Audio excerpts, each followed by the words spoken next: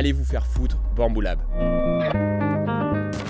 Voilà ce qu'a dit un des plus gros youtubeurs tech, Louis Rossmann. Comment il en est arrivé là? Eh bien, en une seule mise à jour. Reprenons. Bamboo, depuis 2020, c'est le chouchou de l'impression 3D. Des machines excellentes, une communauté fidèle, bref, le rêve pour pas mal de printers. Et puis est arrivé janvier 2005, une mise à jour, et d'un coup, pour lancer une impression, t'étais plus ou moins forcé de passer par l'application maison de la marque. Traduction, tes projets transitent par leur serveur, et c'est leur entreprise qui analyse que tu es en train d'imprimer. Et ça, évidemment, la communauté à ce moment-là a pas mal grincé des dents. Alors, un développeur indépendant a tout simplement sorti un petit outil basé sur leur propre code open source. Bref, rien de méchant, juste rendre aux gens finalement ce qu'ils avaient déjà. Et la réponse de Bamboo, eh bien des menaces juridiques. Supprime ton code ou on t'attaque. Et là, ça a été l'embrasement. Un youtubeur très engagé sur le droit de la réparation a sorti une vidéo et a proposé carrément de payer les frais juridiques du développeur et a conclu par son fameux « Allez vous faire foutre,